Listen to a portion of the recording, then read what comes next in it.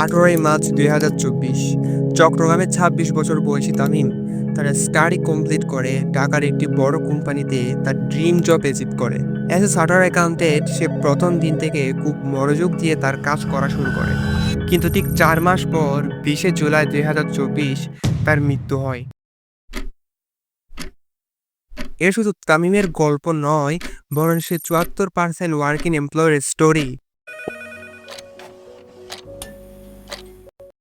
যারা বছরের পর বছর পড়াশোনা করে হাজারো প্রতিযোগীকে পেরিয়ে অগণিত রিজেকশন সহ্য করে এখানে এসে পৌঁছায় একটা এক্সাইটমেন্ট নিয়ে। এবার জীবন বেটার হবে, নতুন রুটিন হবে, প্রফেশনাল পোশাক, নতুন বন্ধুত্ব, স্যালারি আর মজার জীবন।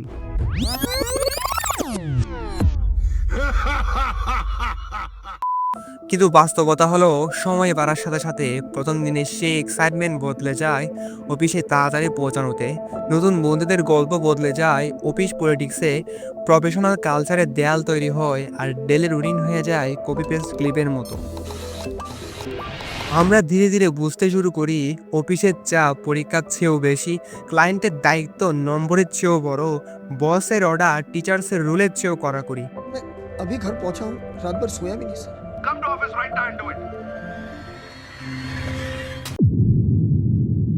স্কুলের সিলেবাসের টার্গেটগুলোর সামনে কিছুই না।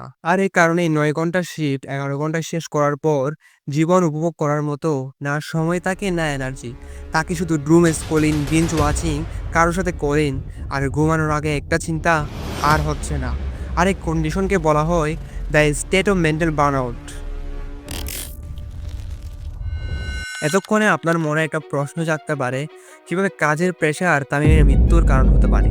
অনেক রিসার্চ দেখায় অতিরিক্ত মানসিক চাপ সরাসরি হার্টকে ড্যামেজ করে, এমনকি ক্রনিক স্ট্রেসে ব্রেনের হিপোক্যাম্পাস, যা লার্নিং আর মেমোরি কন্ট্রোল করে, ধীরে ধীরে ছোট হতে থাকে।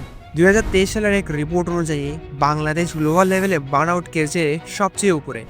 ওভারওয়ার্কের দিক দিয়ে আমরা বিশ্বের 3য় স্থানে। আর 2023 সালে WHO রিপোর্ট বলছে ওই একই বছরে ওভারওয়ার্কের কারণে বিশ্বে 7.5 লাখ মানুষ মারা যায়।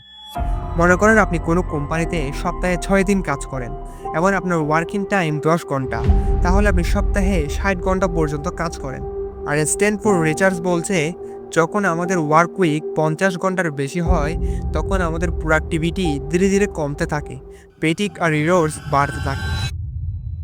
এবার মনে হতে পারে, তাহলে কি চাকরি করা ভালো নয়? চাকরি বা কাজ যাই হোক না কেন, তা যদি আমাদের নিশ অনুযায়ী না হয়, তাহলে ওই কাজটা করতে অবশ্যই বিরক্তিকর লাগবে। মনে করেন আপনার ক্রিকেট খেলতে ভালো লাগে, কিন্তু ক্রিকেট খেলতে কষ্ট হয়, তাই বলে কি আপনি কালকে থেকে আর ক্রিকেট খেলবেন না? অর্থাৎ কাজটা আমাদের পছন্দ অনুযায়ী হয়, তাহলে ওই কাজটা করতে যতটা কষ্ট হোক না কেন, আমরা তা করতে পারি। কিন্তু প্রবলেম হলো, জন্মের পর থেকে আমাদেরকে নাম্বারের পেছনে দৌড়ানো হয়, এরপর কলেজ ভার্সিটি শেষ করে চাকরির পেছনে ছোটাছুটি, অথচ আমরা নিজেদের ট্যালেন্ট ফ্যাশন সম্পর্কে জানার সময়টুকু পাওয়া যায় না। কিন্তু একটা কথা মনে রাখবেন, every result depends on your actions.